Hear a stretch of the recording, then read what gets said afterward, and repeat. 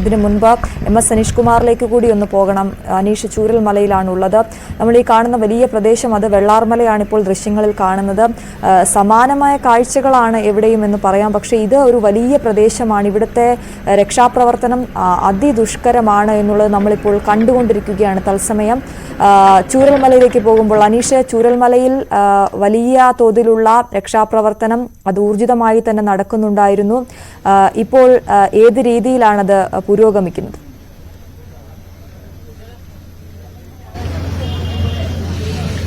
നമ്മളിപ്പോൾ ചൂരൽമലയിൽ താൽക്കാലികമായി നിർമ്മിച്ച ബെയിലി പാലത്തിന് സമീപമാണ് നിൽക്കുന്നത്. വലിയ തോതിൽ ഈ രക്ഷാപ്രവർത്തനത്തിനെത്തുന്ന സന്നദ്ധ പ്രവർത്തകർ ഇപ്പോൾ ഈ പല മേഖലകളിലേക്ക്, മുണ്ടക്കൈ അടക്കമുള്ള ഭാഗങ്ങളിലേക്ക് പോകുന്ന ദൃശ്യങ്ങൾ നമുക്ക് കാണാം. വരിവരിയായി ആളുകൾ നിൽക്കുകയാണ്. അവരെല്ലാം ഒരു മനസ്സോടെ ഈ അപകടത്തിൽ കൊല്ലപ്പെട്ടതോ അല്ലെങ്കിൽ ഈ ജീവനോടെ അവശേഷിക്കുകയോ ചെയ്യുന്ന ആൾക്കാർക്ക് വേണ്ടിയുള്ള ഒരു തെരച്ചിലിൽ ഇടപെടാൻ നിൽക്കുന്നതാണ്. നിരനിരയായി നിൽക്കുന്ന ആളുകളെല്ലാം യുവാക്കൾ, മറ്റു പ്രായമായവർ, എല്ലാ തരത്തിലുമുള്ള ആളുകളുണ്ട്. ഇവിടെ നിൽക്കുന്നതിന്റെ ഒരു 10 ഇരട്ടി അല്ലെങ്കിൽ 50 ഇരട്ടി ആളുകളോളം കാടുകൾക്കുള്ളിലേക്ക് പോയി കഴിഞ്ഞിരിക്കുന്നു. ഇന്നലെ തന്നെ സർക്കാർ വ്യക്തമാക്കിയത് സെക്ടറുകൾ തിരിച്ചുള്ള ഒരു തെരച്ചിലാവും ഇന്ന് നടത്തുക എന്നാണ്. ഈ ഫോഴ്സിലുള്ള ഉദ്യോഗസ്ഥർക്കൊപ്പം പ്രദേശവാസികളായ ആളുകൾ, സന്നദ്ധ പ്രവർത്തകർ തുടങ്ങിയവരൊക്കെ ഈ തെരച്ചിലിന്റെ ഭാഗം ആവുമെന്നും പറഞ്ഞിരുന്നു. യന്ത്ര സംവിധാനങ്ങൾ മലകയറ്റി മുകളിലേക്ക് എത്തിച്ചതുകൊണ്ട്, ഈ പുഴ കടന്ന് മറുകരയിലേക്ക് എത്തിച്ചതുകൊണ്ട് തന്നെ അത്തരത്തിൽ യന്ത്ര സംവിധാനങ്ങൾ ഉപയോഗിച്ച് നടത്തുമ്പോൾ ആ തെരച്ചിലിന് കൂടുതൽ ആക്കം കൂടും. ഒപ്പം ചെറു സാമഗ്രികളും ആയുധങ്ങളും ഒക്കെ ഉപയോഗിച്ച് ആ തെരച്ചിൽ ഊർജിതമാക്കാൻ കഴിയും. പലരും ഇവിടുന്ന് വെട്ടുകത്തിയും കയറും കമ്പും വടികൾ, ഈ കുത്തി നോക്കാനുള്ള വടികൾ, അത്തരമുള്ള ചെറിയ ചെറിയ ഉപകരണങ്ങൾ പോലും കയ്യിൽ കരുതിയാണ് പോകുന്നത്. അവർ ഇന്ന് തെരച്ചിൽ ഏറ്റവും ഗുണകരമായ രീതിയിലുള്ള അല്ലെങ്കിൽ ഏറ്റവും കൂടുതൽ മൃതദേഹങ്ങൾ കണ്ടെടുക്കാൻ കഴിയുന്ന, അല്ലെങ്കിൽ അവശിഷ്ടങ്ങളിൽ ഇനിയും ജീവന്റെ എന്തെങ്കിലും തുടിപ്പുകൾ ഉണ്ടെങ്കിൽ അത് വീണ്ടെടുക്കാൻ കഴിയുന്ന തരത്തിലുള്ള ഒരു തെരച്ചിലാവും. എല്ലാ തെരച്ചിൽ സംഘത്തിലും പ്രാദേശികമായുള്ള 5 പേരെയെങ്കിലും ഉൾപ്പെടുത്തുമെന്ന് അറിയിച്ചിരുന്നു. അത്തരത്തിൽ ഈ പ്രദേശത്തുള്ള റിലീഫ് ക്യാമ്പിലും മറ്റും പോയിരുന്ന ആളുകളൊക്കെ ഈ തെരച്ചിലിന്റെ ഭാഗമാവാൻ എത്തിയിട്ടുണ്ട്. കാരണം അവർക്കാണ് ഈ സ്ഥലങ്ങൾ കൃത്യമായി പരിചിതമായ ആളുകൾ. അവർക്കാവും കൂടുതൽ ഇക്കാര്യങ്ങളിൽ കാര്യങ്ങൾ ചെയ്യാൻ കഴിയുക. പ്രദേശവാസികളായ ആളുകളൊക്കെ ഉണ്ട്. അവരോട് തന്നെ നമുക്ക് വേണമെങ്കിൽ ചോദിക്കാം. അവരെയൊക്കെ ഫോൺ ചെയ്ത് വിളിച്ചു കൂട്ടുന്ന ആളുകളെയൊക്കെ നമുക്ക് കാണാം. ഓരോ ഭാഗത്തേക്കും കൃത്യമായി ആളുകളെ വേർതിരിച്ചു നിൽക്കുന്നു. ഒപ്പം ഈ മണ്ണുമാന്തി യന്ത്രങ്ങൾ ഉപയോഗിച്ച് ഈ പട്ടണത്തിലുണ്ടായ പരിക്കുകൾ അല്ലെങ്കിൽ ഇവിടെ ഉണ്ടായ നാശനഷ്ടങ്ങളൊക്കെ മാറ്റുന്നു.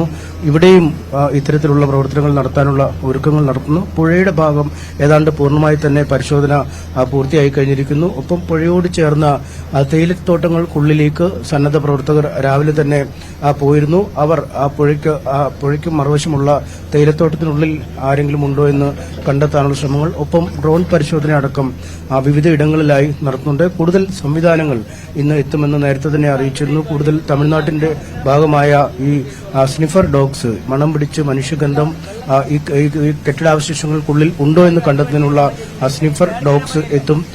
മറ്റ് ഈ ഇതിനകത്ത് ഈ കെട്ടിടാവശിഷ്ടങ്ങൾക്കുള്ളിൽ കുടുങ്ങിക്കിടക്കുന്നുണ്ടോ എന്നറിയുന്നതിനുള്ള പ്രത്യേക സ്കാനിംഗ് സംവിധാനമുള്ള ഉപകരണങ്ങൾ, ഇവയൊക്കെ കൂടി ഇന്ന് ഈ ദുരന്ത സ്ഥലത്തേക്ക് എത്തുകയാണ്. അത്തരത്തിൽ എന്തെങ്കിലും രീതിയിലുള്ള ആളുകൾ കുടുങ്ങിക്കിടപ്പുണ്ടെങ്കിൽ, കാരണം കാണാതായവരുടെ എണ്ണം വളരെ വലുതാണ്, കാണാതായ ആളുകളുടെ പട്ടിക വളരെ വലുതാണ്. അതുകൊണ്ട് വലിയ തെരച്ചിൽ തന്നെ തുടരേണ്ട ഒരവസ്ഥയിലേക്കാണ് ആ കാര്യങ്ങൾ പോവുക. ചേട്ടാ, ഇവിടെ തന്നെയുള്ള ആളുകളാണ്. ഒരു മിനിറ്റ്, ഞാൻ ഇതിന്റെ ഈ ആളുകളെ വിളിച്ചുകൊണ്ടിരിക്കുമായിരിക്കും അല്ലേ? യെസ്, അദ്ദേഹം ഇവിടെ ആളുകളെ തുടർച്ചയായി വിളിച്ചുകൊണ്ടിരിക്കുകയാണ്. കാരണം പ്രാദേശികവാസികളായ ആളുകൾ കൂടുതലായി ഇന്നത്തെ തെരച്ചിലിന് അനിവാര്യമായ ഒരു ദിനമാണ്. അതുകൊണ്ട് അദ്ദേഹം പലയിടങ്ങളിലായി ആളുകളെ ബന്ധപ്പെട്ട് വിളിച്ചു കൂട്ടുന്നു. ഒരു സംശയമുള്ളത്, ഈ നിരവധി ആളുകൾ ഈ വയനാട്ടിലേക്ക്, ഈ ചൂരൽമലയിലേക്ക് വരാനുള്ള സന്നദ്ധത പ്രകടിപ്പിച്ച് പുറത്തു നിൽക്കുന്നുണ്ടല്ലോ. കേരളം വയനാട്ടിലേക്ക് ഒഴുകുകയാണ് എന്ന് വേണമെങ്കിൽ പറയാം. അടുത്ത ബന്ധുക്കൾ എന്തോ അപകടത്തിൽപ്പെട്ടതുപോലെ തന്നെയാണ് ഓരോരുത്തരും, അവരെയൊന്നും അറിയില്ലെങ്കിൽ പോലും അങ്ങോട്ടേക്ക് എത്തുന്നത്. എല്ലാവർക്കും, അതായത് ഈ സന്നദ്ധത അറിയിച്ചു വരുന്ന, സ്വയം സന്നദ്ധത അറിയിച്ചു വരുന്ന ഓരോ രക്ഷാപ്രവർത്തകനും അങ്ങോട്ടേക്ക് കടന്നു പോകാനുള്ള അനുവാദം അവിടെ ഉണ്ടോ അനീഷ്?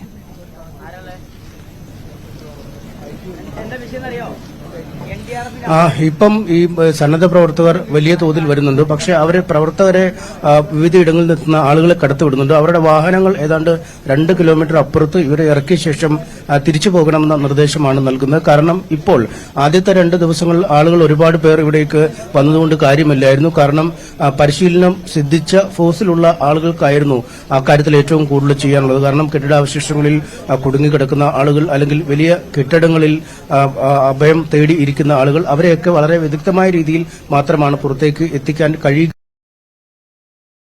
ഇന്നെന്നാൽ സാഹചര്യങ്ങൾ മാറിയിരിക്കുന്നു. കുറച്ചുകൂടി ഇവിടെ സൗകര്യങ്ങളുണ്ട്. ഇപ്പോൾ പ്രത്യേകിച്ചും ഈ പാലത്തിന്റെ നിർമ്മാണം പൂർത്തിയായതോടെ കൂടുതൽ ആളുകളെ മറുകരയിലേക്ക് എത്തിക്കാൻ സാധിക്കുന്നു. ഒപ്പം ഈ കെട്ടിടാവശിഷ്ടങ്ങൾക്കിടയിൽ നിന്നും ആളുകളെ തെരയുന്ന പ്രവർത്തനങ്ങൾ കുറച്ചുകൂടി ഊർജിതമാക്കാൻ കഴിയും. കാരണം ഈ ഭിത്തിയും മേൽക്കൂരയും ഒക്കെ തകർത്ത് ആളുകളെ വീടിനുള്ളിലേക്ക് കടക്കാൻ കഴിയുകയും വീടിനകത്തെ ചെളിക്കും മണ്ണിനും മരങ്ങൾക്കുമൊക്കെ ഇടയിൽ കുടുങ്ങിക്കിടക്കുന്ന ആളുകളെ കണ്ടെത്താൻ കഴിയുകയും ചെയ്യും. നമ്മളിപ്പോൾ ഈ ദൃശ്യങ്ങളിൽ കാണുന്ന ആളുകളെല്ലാം തന്നെ ഈ സന്നദ്ധ പ്രവർത്തകരാണ്.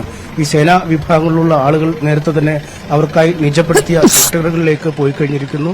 സന്നദ്ധ പ്രവർത്തകരായ സംസ്ഥാനത്തിന്റെ വിവിധ ഭാഗങ്ങളിൽ നിന്നായി എത്തുന്ന ആളുകളാണ് ഇപ്പോൾ ഈ ക്യൂ നിൽക്കുന്ന ആളുകളിൽ പലരും. ഒപ്പം അകത്തേക്ക് പോയി കഴിഞ്ഞിരിക്കുന്ന ആളുകൾ പലരും നമുക്ക് പുഴയ്ക്ക് അക്കരെ കാണാൻ കഴിയും. നിരവധി ആളുകൾ ആ പുഴയോരത്തൂടെ അകത്തേക്ക് പോകുന്നത് അവർ ആ തേയിലത്തോട്ടങ്ങളിലും സമീപത്തെ കാടുകളിലും പുഴയുടെ ഓരങ്ങളിലുമൊക്കെ തിരച്ചിൽ നടത്തുക എന്ന ദൌത്യത്തോടെയാണ് പോയിക്കൊണ്ടിരിക്കുന്നത്. ഇതുപോലെ ഈ മേഖലയുടെ ഓരോ ഇഞ്ചിൽ നോക്കിയാലും നമുക്കിപ്പോൾ രക്ഷാപ്രവർത്തകരെ, സന്നദ്ധ പ്രവർത്തകരെ, സേനാംഗങ്ങളെല്ലാം കാണാൻ കഴിയുന്ന ഒരു സാഹചര്യം തന്നെയാണ് നിലവിലുള്ളത്.